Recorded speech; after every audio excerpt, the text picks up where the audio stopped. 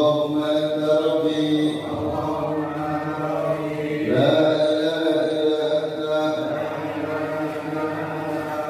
خلقتني وأنا عبدك. Insyaallah, makanya ketika kita belajar dengan keyakinan bahwa Allah Subhanahu wa Ta'ala wajib bagi Allah Maha Suci Allah dari mengambil faedah terhadap semua yang diciptakannya, terhadap hukum-hukum yang diterapkan Allah. Kalau Allah yang menciptakan hukum, Allah yang menetapkan hukum, pasti Allah tidak butuh kepada hukum itu dan Allah tidak punya kepentingan dengan hukum itu. Tapi kalau hukum yang dibuat oleh manusia, setiap delik dan pasal-pasal yang dibuat oleh manusia, pastilah manusia membutuhkan dari apa yang dia buat. Ada kepentingan, keuntungan dunia buat manusia. Dan Allah membuat semua aturan, Allah tidak punya kepentingan dengan aturan itu. Ya. Allah membuat ketentuan tentang ibadah, Allah gak ada kepentingan dengan ibadah itu. Ibadah itu kepentingannya buat hamba-hambanya. Silakan mau iman-iman, mau kufur-kufur, nggak ada urusan. فَمَنْ شَاءَ فَلْيُؤْمِنْ وَمَنْ شَاءَ فَلْيَكْفُرْ إِنَّا أَعْتَدْنَا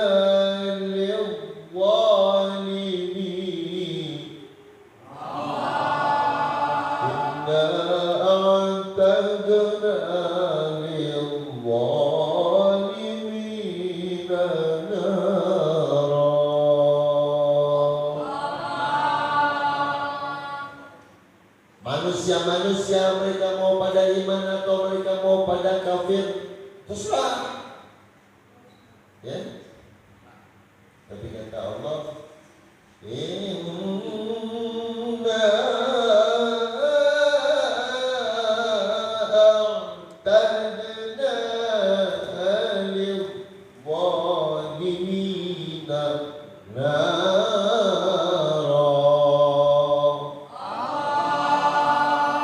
sesungguhnya kami berjanji kata Allah, lil-zalimina nara, buat orang yang zalim dia bakal dimasukkan neraka Allah. Na'udzubillah min dzalik. Na'udzubillah min dzalik. Maka kita wajib mengimani Allah dan kita wajib berpegang teguh kepada hukum-hukum Allah. Walaupun di suatu bangsa, di sebuah negara kita tidak bisa menjalaninya, tapi kita tetap berpegang teguh kepada hukum itu. Kalau ada hukum yang bertentangan dengan hukum Allah diterapkan di sebuah bangsa dan negara, yang tanggung jawab Menhankam dan Kemenhankam. Ya. Untuk tahanan keamanan dan hukum bertanggung jawab di hadapan Allah nanti, karena mereka yang melarang umat Islam melakukan, menjalani standarisasi hukum Islam. Berarti kita yang tidak bisa menjalankannya nggak dosa. Kenapa? Karena ada badan hukum di dunia itu yang melarang. Kecuali badan hukum itu memerintahkan, kita wajib untuk menjalaninya. Kalaupun kita tidak bisa menjalaninya, kita tetap berpegang kepada kebenaran hukum itu. Gak boleh kita mengatakan ada hukum yang lebih hebat daripada hukum Islam. Gak ada. Gak ada hukum yang lebih hebat daripada hukum Islam. Gak ada kebenaran yang benar kecuali hukum Islam. Ya, tetap kita berpegang kepada itu walaupun gak bisa jalani. Walaupun gak bisa menjalaninya, hukum perdata ataupun pidana. Dan hukum apa? Hukum perdata yang masuk dalam delik pidana termasuk hukum pernikahan, hukum perkawinan, Undang-Undang Nomor 1 Tahun 74 yang mengatur bangsa Indonesia yang beragama Islam atau yang tidak beragama Islam untuk melakukan pernikahan berdasarkan kepada syariat mereka masing-masing, dan tidak ada agama yang membenarkan jika laki-laki nikah kawin dengan laki-laki, dan tidak ada agama yang membenarkan jika perempuan nikah dengan sesama perempuan. Tetapi hukum ini akan digeser oleh hukum liberalisasi, hukum kebebasan. Laki-laki boleh nikah dengan laki-laki, perempuan boleh nikah dengan perempuan, dan itu sudah disahkan oleh pemerintah kita saat ini. Na'udzubillah min itu tanggung jawab mereka. Yang penting kita tetap punya keyakinan tidak ada hukum yang paling mulia kecuali hukum Allah. Walaupun kita tidak bisa menjalani, itu sangat penting dalam keyakinan kita kepada Allah, ya, sangat penting buat kita. Mustahil Allah mengambil keuntungan, mustahil Allah mengambil kepentingan, mustahil. Allah bikin hukum kisos, hukum potong tangan, hukum pancung, Allah ambil keuntungan dari hukum itu, mustahil. Mustahil. Semuanya wala akibat lil muttaqin. Hukum dibuat oleh Allah. Buat siapa? Buat orang-orang yang bertakwa pada Allah, buat orang-orang yang beriman pada Allah, buat manusia ciptaan Allah, diatur, diajari, dituntun oleh Allah dan Rasulnya melalui bimbingan Al-Quran dan Sunnah. Jadi Allah mengatur kami. Enggak. Di air kalau banyak cair itu. Enggak. Andaikan di dunia ini semuanya Allah jadikan ahli ibadah, Allah nggak ngambil untung. Yang mengambil untung kita. Kita diwajibkan oleh Allah untuk belajar. Allah nggak ngambil untung. Yang ngambil untung siapa? Kita yang belajar. Kalau kita belajar, sukses dalam belajar kita, jadilah kita orang-orang yang alim. Entah itu alim dalam urusan dunia atau alim dalam urusan akhirat. Jika alim dalam urusan dunia, maka dia akan menguasai dunia. Untung rugi kira-kira? Untung. Ada manajer, ada karyawan. Itu karyawan sama manajer kira-kira punya ilmu gak? Punya. Karyawan punya ilmu, cuman kadang-kadang kalau karyawan ilmunya paling tinggi SMA, S1 jarang-jarang. Atau sekarang standarnya S1, S2 jarang-jarang. Manajer gimana manajer? Manajer tuh kadang-kadang pangkatnya udah dokter, PhD, wah, pangkatnya tinggi-tinggi. Kadang-kadang profesor. Maka si manajer dia mengambil keuntungan dirinya sebagai seorang manajer, karyawan mengambil keuntungan dirinya sebagai seorang karyawan. Itu sudah pasti dalam kancah kehidupan dunia. Pekannya apa? Pekannya ilmu. Semakin tinggi tingkat pengetahuan seseorang, semakin tinggi tingkat pendidikan seseorang formal dalam dunia, ya semakin tinggi pangkat kehidupan dunianya. Demikian, semakin tinggi tingkat ilmu pengetahuan orang dalam urusan akhirat, semakin tinggi pula pangkat akhiratnya. Betul? Betul, semakin tinggi. Santri dengan guru, kira-kira ilmunya lebih tinggi ilmu santri apa ilmu guru? Cari di belahan dunia manapun, jawabannya sama. Pasti ilmu tuan guru lebih tinggi, lebih luas, lebih mapan dibanding ilmu santri. Maka guru ngomel sama santri, kenapa? Ilmunya tinggi, santri ilmunya rendah. Nanti santri bakal ngomelin lagi santrinya. Kalau santri sudah jadi guru, begitu seterusnya.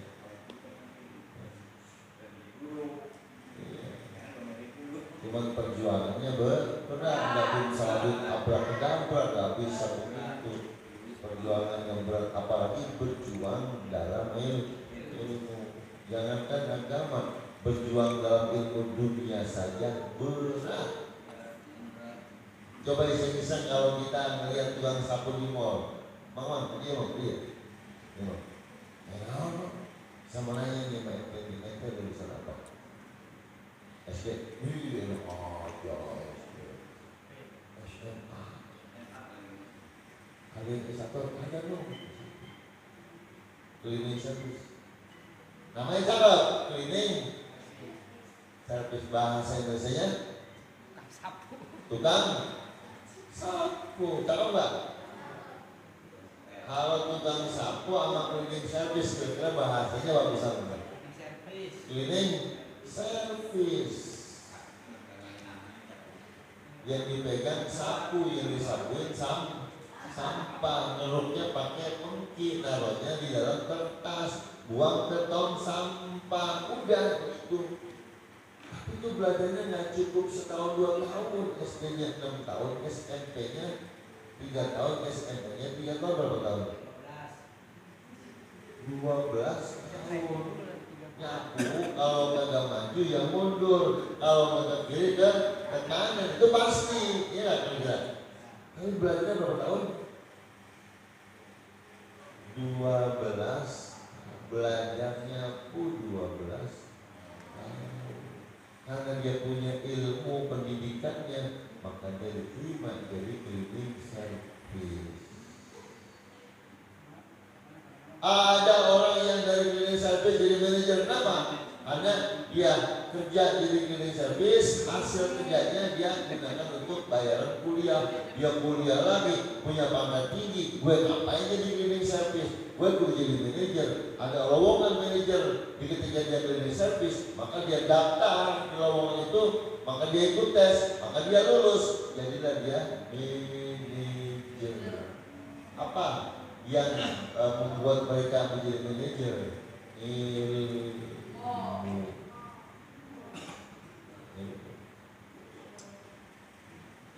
Ibadah pun begitu,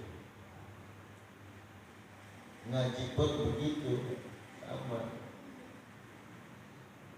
Ya Allah, Masya Allah, itu yang namanya Abu Yaman Pasir. Abu Yaman Pasir di mana tempatnya? Dulu di Siomas, di pinggir bukit, ngumpet dicari-cari orang. Lama-lama jalan setapak, jadi sepetak ke jalanan, jadi lebar, mobil bisa perwis, dulu gak bisa perwis. Lama-lama ramai, orang pada datang ke rumahnya. Siapa yang ngundang? Dia tuh ngundang ke Kiai, aku yang ngundang, enggak ngundang, tapi tiap hari dia cerita, alhamdulillah di Pelabuhan itu Ustaz, ini pegawai negeri bukan, pegawai kantor juga bukan, tapi alhamdulillah Allah kasih gaji saya satu hari itu nggak kurang dari 5 juta. 5 juta kali sebulan berapa duit? 5 kali 3 berapa? 150 juta. Itu duit semua, nggak campur sendal ada. 150 juta gaji siapa itu? Dari jam 1 sampai jam 2, udah jam 2 lewat orang pada datang, ditutup, udah nggak boleh. Padahal orang datang yang bawa macam-macam, enggak, itu dia nggak makan makanan produk pabrik. Katanya kita datang bawa angkot, bawa duit, mau ngasih, stop. Udah itu. Kita masih antri puluhan orang, ratusan orang. Kalau satu orang bawa 100.000, hari 100 belum. 10 juta. Kalau kita orang datang ke rumah kita mau bagi duit 10 juta kita bayar. Jendela kita buka. Bukan cuma pintu, jendela kita buka. Masuk. Yang bisa itu lompat dari jendela. Tapi beliau tutup. Kenapa bisa kayak begitu? Karena ilmu. Itulah yang Allah katakan. وَعَلَّمُ الَّذِينَ آمَنُوا مِنْكُمْ وَالَّذِينَ أُوتُوا الْعِلْمَ دَرَجَاتٍ.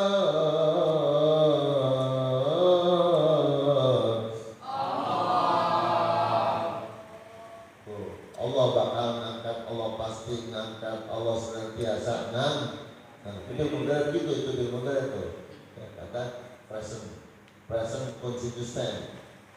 Ya bahasanya present continuous kata kerja sekarang dan yang akan datang, namanya mudhari istiqbal, hal wal istiqbal. Yarfa'illahu alladhina amanu minkum walladhina utul ilma darajat.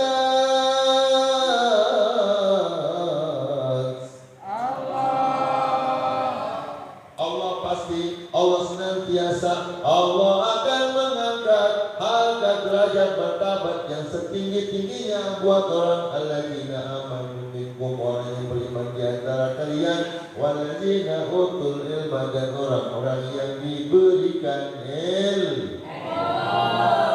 Karena ilmu lah kita mah, biarpun kita gelar karpet hijau, kita kasih wangi-wangian, kita minta supaya orang pada datang, emang siapa dulu? Iya, betul kan? Kita undang orang. Ayo datang ke rumah saya siapkan karpet hijau, ada kopi pasar rebunya, datanglah ke rumah saya pada bawa amplop ya. Jawab kita, iya. Kamu bawa amplop, lu bagi amplop, bukan.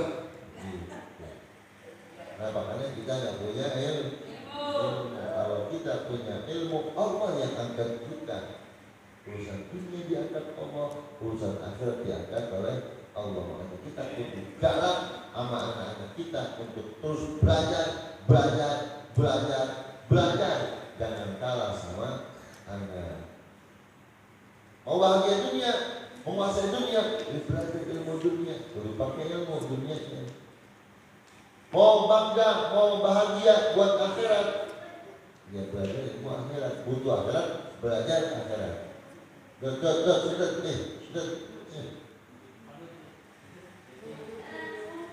Ini, bro. Belajar. Kalau malu jangan main, malu main. Jelas. Iya. Kalau kita beriman kepada Allah akan buka apa? Kita yang butuh pada Allah.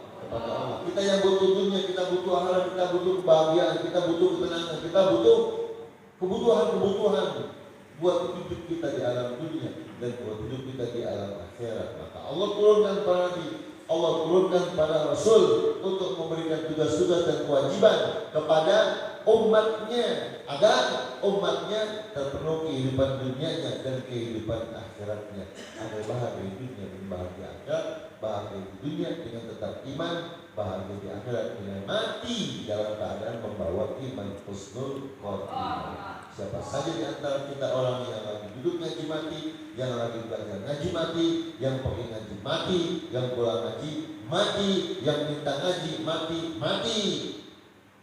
Maka orang yang kayak begini bakal mendapatkan kebahagiaan duduk bersama dengan para nabi dan para anbiya. Man mata wa alayyat gobul ilma, siapa orang yang mati padahal dia lagi nuntut ilmu, pergi ataupun pulang, duduk ataupun bangun, duduk ataupun berdiri, sehat ataupun sakit, tuh orang mati lagi nuntut ilmu, masih jadi santri, masih jadi murid, Maka kalau informasinya ketika satu normal, satu mobil meninggal dunia, darahnya, kalau informasinya bau harum, bau wangi, ya, yakin percaya kita kepada Allah Subhanahu wa Ta'ala. Itu ahli-ahli surga, pulang muda, pulang belajar, pulang untuk ilmu. Cuma kalau boleh jadi satu jangan konyol, mentang-mentang kalau pulang lagi mati dapat pahala, ada motornya balap-balapan, kalau mobil dilompatin.